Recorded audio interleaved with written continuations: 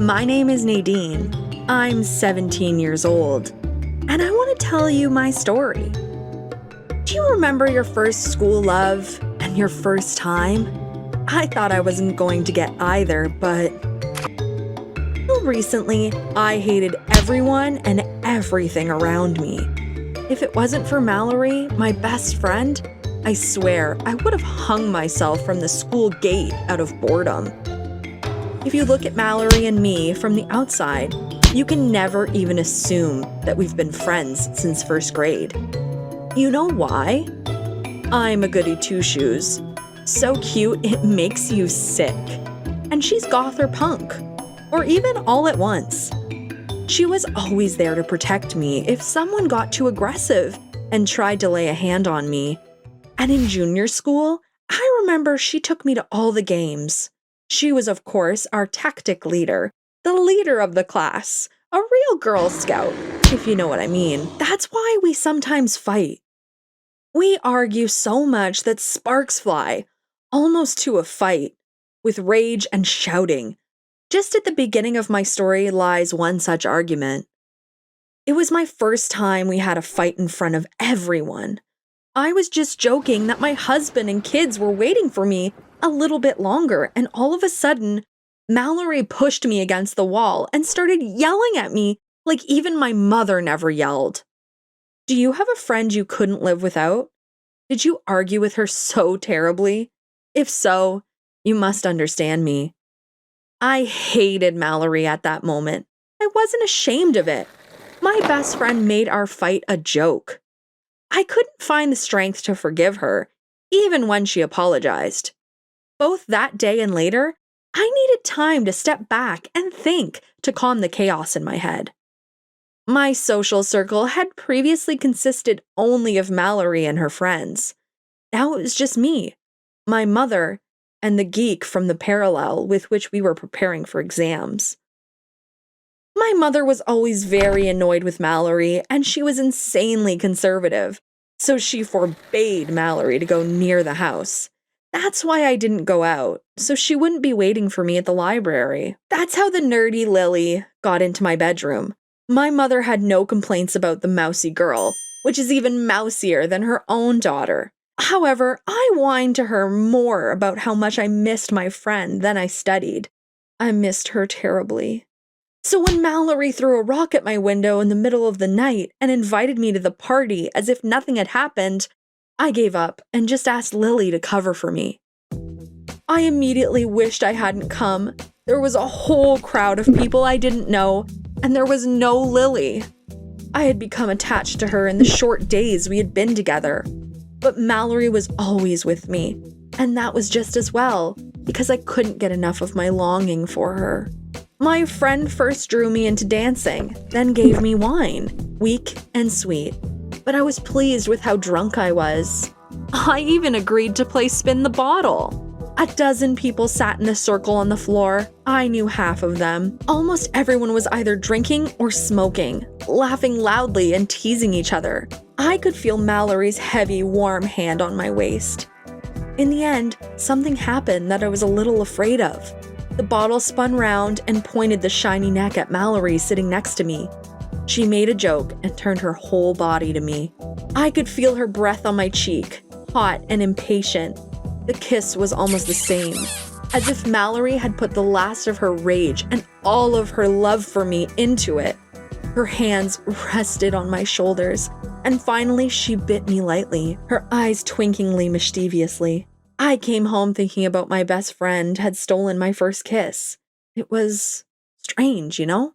Some new and unusual feeling was growing in my chest like a small flower. You will never believe what it had led me to. Just a couple of days before the exam, my mother left home for the whole day. What would you do at home in case of such a situation? Then you probably already guessed what I was planning. Lily and I were going to hang out, combine a girls' night with study, but I was already doing everything with a book in my hands. However, I have changed a little since that party. I've become bolder or something. I even got a bottle of wine from Mallory and prepared it for our party. Mallory tried to get me to tell her who I was going to hang out with, but I didn't say anything. Lily and I had a good chat sitting in front of the fireplace in the living room, discussing everything in the world, tactfully avoiding exams. I don't remember who mentioned the topic of relationship and boys first. We started talking about it. I confessed to my new friend that the previous one had taken my first kiss. Lily blushed charmingly as she looked away, and it seemed to me that I was embarrassing her with my first kiss. I wanted to take a little initiative for the first time in my life, so I leaned over too little, like Hilary Duff, Lily, and kissed her. Without even asking permission, although we usually didn't even hug. I liked the way the kiss felt. Lily was much more gentle and pleasant than the pushy Mallory. Perhaps that's why it wasn't just one kiss. It happened then, and I will never forget that night. My knees were shaking, and I even started crying at one point.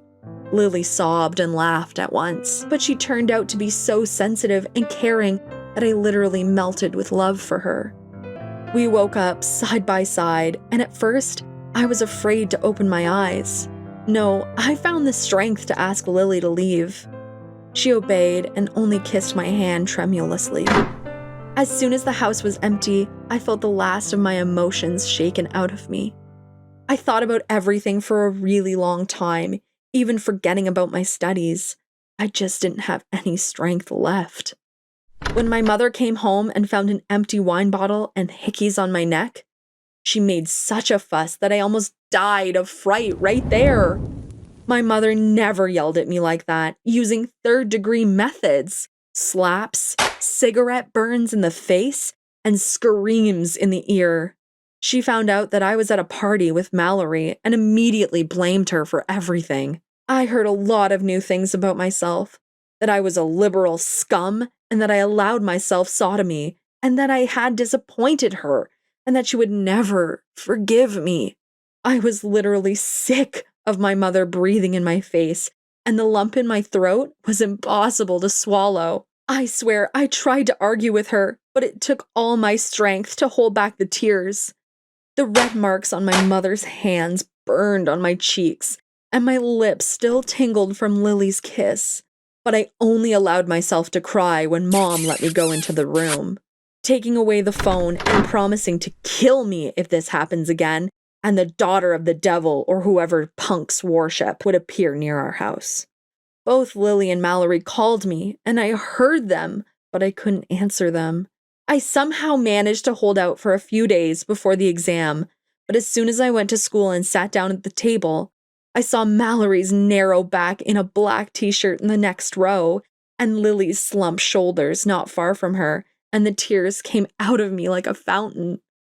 Mallory volunteered to take me to the nurse, and we had our first serious conversation on the way. I never thought that my friend could utter such words, and that the words were addressed to me, and no one else. I, in turn, confessed to her what had happened that night, and it was obvious that hurt my jealous friend, but she tried not to show it. In the nurse's office, she told me straight out that she had always liked me, and that she had hoped that our kiss would encourage me to do more. And it encouraged. Only alas, not to her, but she's happy for us. And right there in the nurse's office, I realized that it was time to change something in life. For the first time, I didn't care about exams. Spoiler, I passed them brilliantly anyway. Instead, I was dizzy with a new crush. At graduation, Mallory got her high school diploma with poor grades and made an obscene gesture to everyone who messed up her school life. And there she got down on one knee in front of me and loudly invited Lily and me to live with her in her rented apartment near my college. So to speak, in close quarters, but with love. You should have seen the face of my mother, who at the same moment jumped up from her seat and began to utter curses. Yes, school security was forced to remove her from the event. I never saw her again. And even my things were taken away from my home by Mallory and Lily. Yesterday, Lily and I went to the rock store that Mallory now runs and picked out posters for the house. Our house. Where I live with both my best friends. One of whom is my first and most true love. Did you like my story? Then subscribe to our channel. Put likes. Click on the bell. We will be happy to have new subscribers. See you in new stories.